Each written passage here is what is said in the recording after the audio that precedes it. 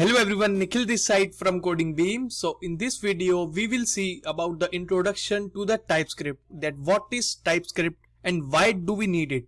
So about the TypeScript is a superset of a JavaScript, and all JavaScript code is a TypeScript code in the end.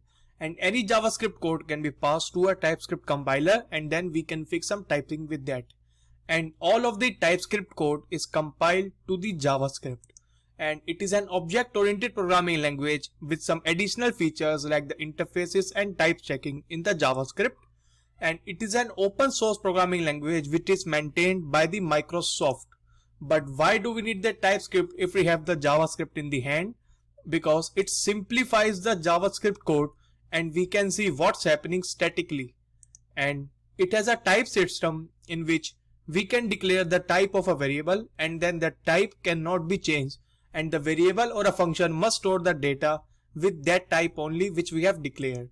And it makes easier to debug and see the code as we know the types of the function and variables. So thank you guys for watching the video and I hope you will like the video, and guys please subscribe to our channel if you are new, and we are starting a TypeScript playlist, so guys please watch that.